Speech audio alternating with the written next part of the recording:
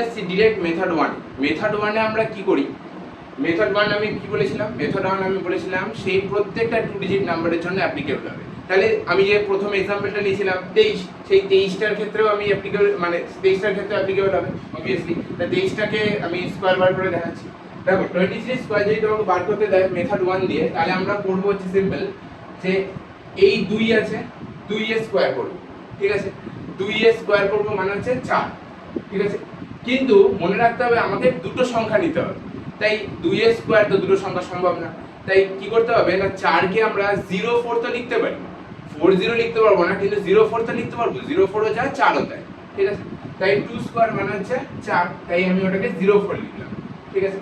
এইবারে এই যে পরের সংখ্যাটা আছে 3, 3 এর স্কোয়ার করব, 3 এর স্কোয়ার করলে হবে হচ্ছে 9, ঠিক আছে। তাহলে আমাকে এখানেও দুটো সংখ্যা নিতে হবে, তাহলে 9 না নিয়ে 09 নিই, তাহলে 09 নিয়ে পাশে লিখবো, ঠিক আছে। মানে কি করলাম আমরা আগের সংখ্যাটাকে স্কোয়ার করলাম, স্কোয়ার করে দুটো ডিজিট নিলাম, দুটো ডিজিট নিয়ে এই সামনেটা লিখলাম। আবার তারপরে সংখ্যাটাকে স্কোয়ার করলাম, সেখানেও দুটো ডিজিট নিলাম, নিয়ে এই সামনেটাতে লিখলাম, ঠিক আছে। এইভাবে লেখার পর আমরা করব হচ্ছে এই এখানে কি কি সংখ্যা দেখতে পাচ্ছি আমরা, 2 দেখতে পাচ্ছি, 3 দেখতে পাচ্ছি, আর মাথায় একটা 2 আছে, তাহলে তাদেরকে গুণ করব, 2 × 3 × 2, তাহলে করলে হবে 2 3 যা 6, 2 6 যা 12, 12 পাচ্ছি, ঠিক আছে।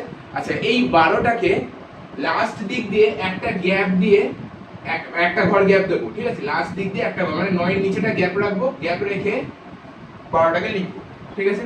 লেখার পর আমরা যোগ করে দেবো, যোগ করলে আমরা যেটা পাবো 9 পাবো, 2 আর 0 যোগ করলে 2, 4 আর 1 যোগ করলে 529, তাহলে 23 স্কয়ার হয়ে গেল আমার 529, ঠিক আছে।